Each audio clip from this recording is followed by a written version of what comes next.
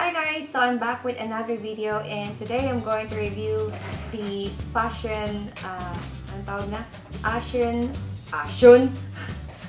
Brow Duo Shaper. So dual-ended na eyebrow pencils. Mayroon akong dalawang shades. I have the lighter version and the darker version. Kanina ko pa sana ito i-review pero namatay yung battery ko kaya I need to charge my battery. And then, pasensya na kayo sa face ko. Medyo maputi siya. Alam ko kasi yung shade na natural na nabili ko is puting-puti siya. Nakabili ako ng bago pero hindi ko pa ginamit. So, yun lang yung ginamit ko. And then, pasensya din sa dry na hair ko. Dry talaga siya. Bala ko siyang putulin.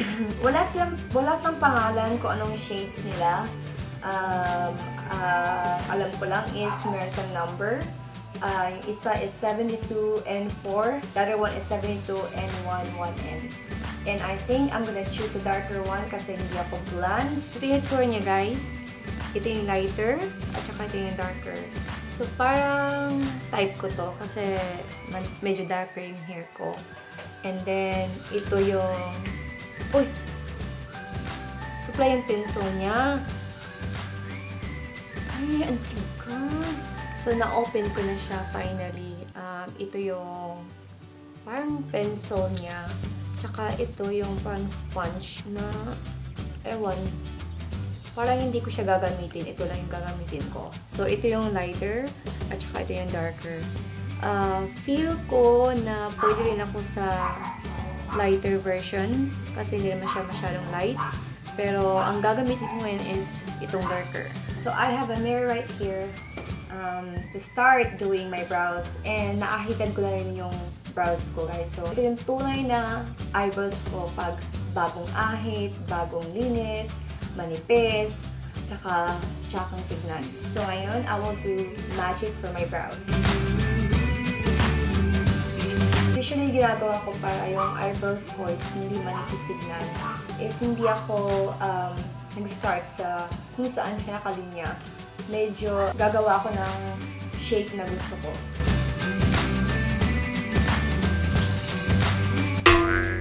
Ay, nabali siya, guys. Hindi siya grabe.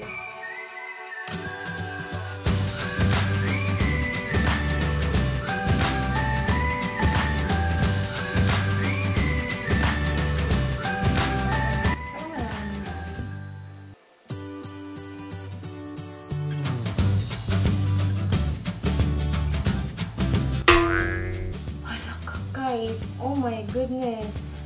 This is the second time na nabali siya. Baka maubos ko to. Hala. Pero in fairness, magaling sa blending itong sponge. So, ito yung nabuo ko.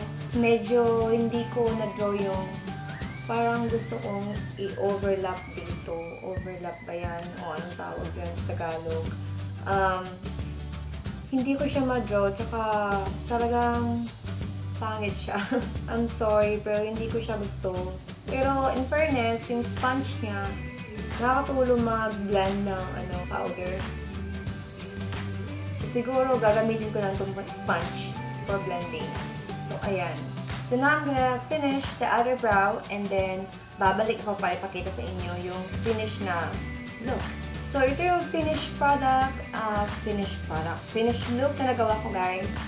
And in fairness, hindi siya maganda. Nung nag-draw ako dito sa kabila, nabali na naman siya.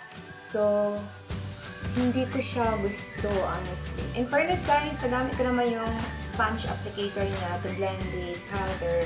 Ang ginawa ko, tinapos ko na lang yung eyebrows ko using my favorite eyebrow gel and powder. So, for me, hindi ko talaga siya, honestly, hindi ko siya type. Ilang beses na bali yung pencil niya. Sponge applicator, maganda siya for blending. So, for me, I give it 5/10.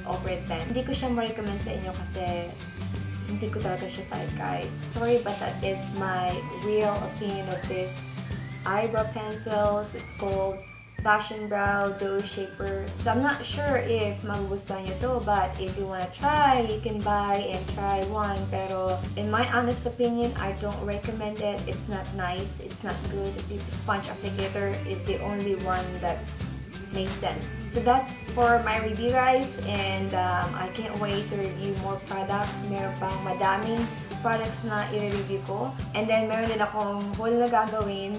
Hindi ko muna siya gagawin ngayon kasi I need to stock them first kasi konti lang yung nabili ko. That's it for today's review, guys. Thank you so much for watching and I hope this review ay makakatulong sa inyo. Sorry, Maybelline. I don't like your fashion brow dough shaper. Thank you, guys, and I hope to see you in my next video.